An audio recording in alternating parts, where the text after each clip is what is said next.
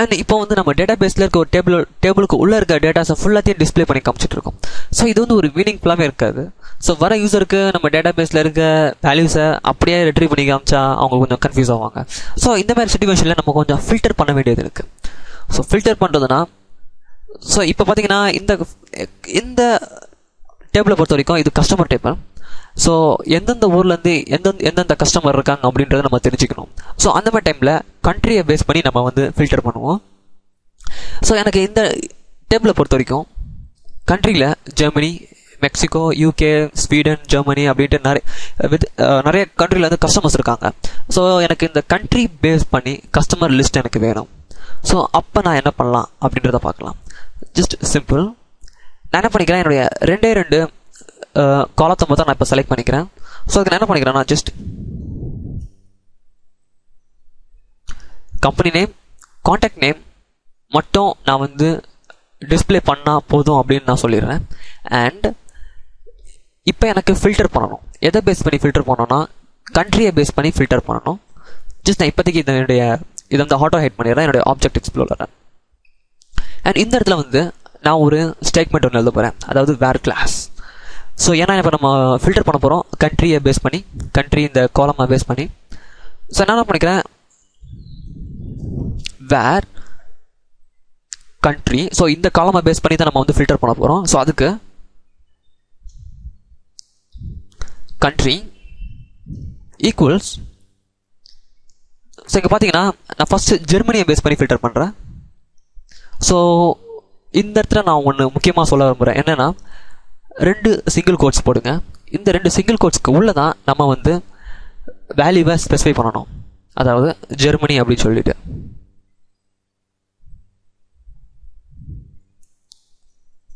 Germany. Okay. So just நான் என்ன பண்ணிக்கிறேன், ஒரே ஒரு வேர் கிளாஸ் ஆட் பண்ணுறேன் என்னுடைய நார்மல் செலக்ட் ஸ்டேட்மெண்ட் கூட. Where country equal to Germany. So எனக்கு ஜெர்மனிக்கு உள்ளே இருக்க கஸ்டமர்ஸ் மட்டும் இப்போ இங்கே வந்து லிஸ்ட் அவுட் ஆவாங்க. எந்தெந்த கஸ்டமர் வந்து ஜெர்மனியில் இருக்காங்களோ, ஸோ இந்த ஐட்டம், இந்த ரோ, ஸோ இந்த ரோ வந்து வரப்போகுது ஏன்னா இது ஜெர்மனி, இந்த ரோவும் வரப்போகுது ஏன்னா இதுவும் ஜெர்மனி, அண்ட் இது வரப்போகுது. ஸோ இந்த மாதிரி ஜெர்மனியில் என்னென்ன கஸ்டமர் இருக்காங்களோ அவங்க எல்லாருமே இப்போ டிஸ்பிளே ஆக போகிறாங்க.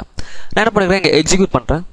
ஸோ இங்கே எக்ஸிக்யூட் பண்ண உடனே என்னுடைய விஷுவல் ஸ்டுடியோ ஆட்டோமேட்டிக்காக ஜெர்மனியை மட்டும் இங்கே டிஸ்பிளே பண்ணி விடுது. அதாவது ஜெர்மனியில் இருக்க கஸ்டமர்ஸ் மட்டும். நான் கன்ஃபார்ம் பண்ணுறதுக்கு என்ன பண்ணிக்கிறேன், இங்கே கம்மா போட்டு கண்ட்ரி நேமும் நான் வந்து ஸ்பெசிஃபை பண்ணிக்கிறேன். Just country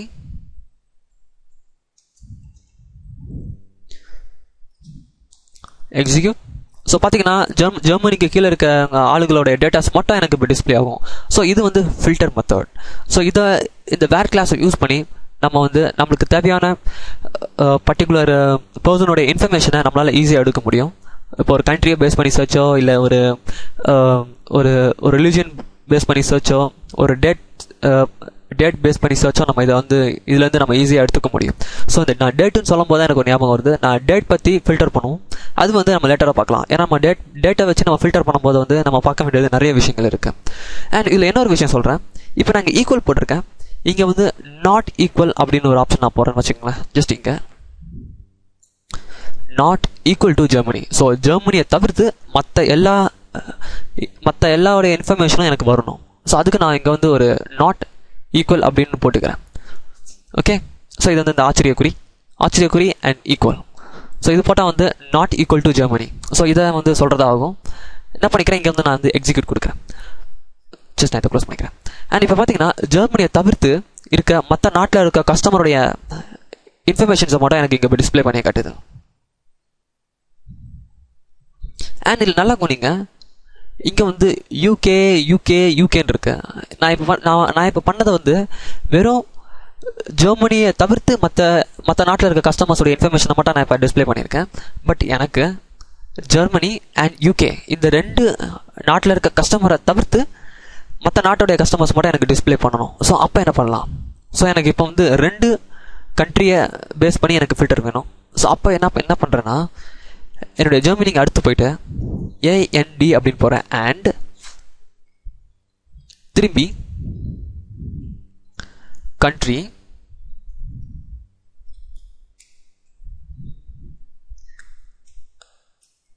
not equal. So இங்கே வந்து நான் யூகே அப்படின்னு கொடுக்குறேன். ஸோ இங்கே அண்ட் ஆப்ரேட்டர் ஒன்று ஆட் பண்ணுறேன். ஸோ இதை ஆட் பண்ணுறது மூலயமா ஜெர்மனி அண்ட் யூகே, ஸோ இந்த 2 கண்ட்ரியை தவிர்த்து மற்ற கண்ட்ரியில் இருக்க கஸ்டமர்ஸை மட்டும் எனக்கு இங்கே டிஸ்பிளே பண்ணுங்க அப்படின்னு நான் சொல்கிறேன். Just execute. ஸோ நம்மளுக்கு இந்த இடத்துல கொஞ்சம் எரர் வருது.